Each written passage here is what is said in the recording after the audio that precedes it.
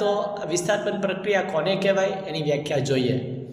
સંતૃપ્ત હાઇડ્રોકાર્બન અત્યંત બિન પ્રતિક્રિયાશીલ છે। આપણે જાણીએ છીએ મોટા ભાગના હાઇડ્રોકાર્બન છે એમાં આવું જોવા મળે છે। મોટાભાગના પ્રક્રિયકોની હાજરીમાં તે નિષ્ક્રિય હોય, કારણ કે તેની તે ક્રિયાશીલતા છે એ ઓછી છે।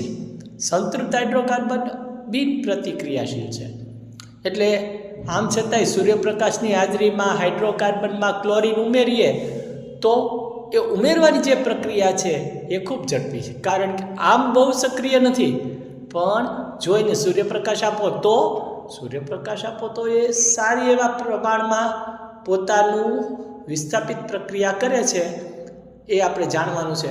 જેમ કે મિથેન છે, તો મિથેનનું નિર્માણ થાય ત્યારે ક્લોરીન વાયુ સાથે કરવાનું છે। મિથેન વત્તા Cl2 સૂર્યપ્રકાશની હાજરી CH3